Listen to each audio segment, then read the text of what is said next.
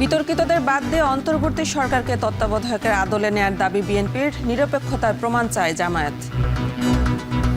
নির্বাচনের দিকে যখন আমরা যাচ্ছি, সরকারকে এখন কেয়ারটেকারের মোডে ঢুকতে হবে। তারা যে free and fair credible election করবেন সেই মর্মে তাদের ভূমিকার মাধ্যমে প্রমাণ রাখতে হবে।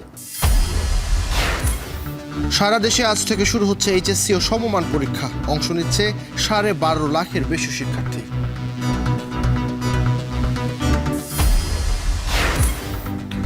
বরগুনায় 2 দশক ধরে বন্ধ পানি শোধনাগার, আলোর মুখ দেখেনি বর্জ্য ব্যবস্থাপনা প্রকল্প।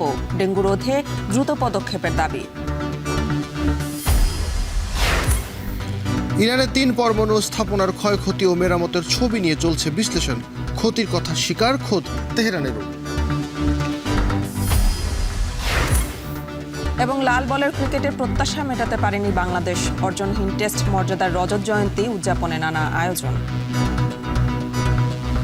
যেভাবে এই 25 বছরে আমাদের আগানো উচিত ছিল, ওইভাবে আমরা অ্যাটলিস্ট টেস্ট ক্রিকেটে আমরা আগাতে পারছি না। টেস্ট ক্রিকেটে মাথার খেলা, মেন্টাল স্টেটমেন্ট কতটুকু ক্লিয়ার সেই জায়গাটায় আমাদের মনে হয় কাজ করা উচিত।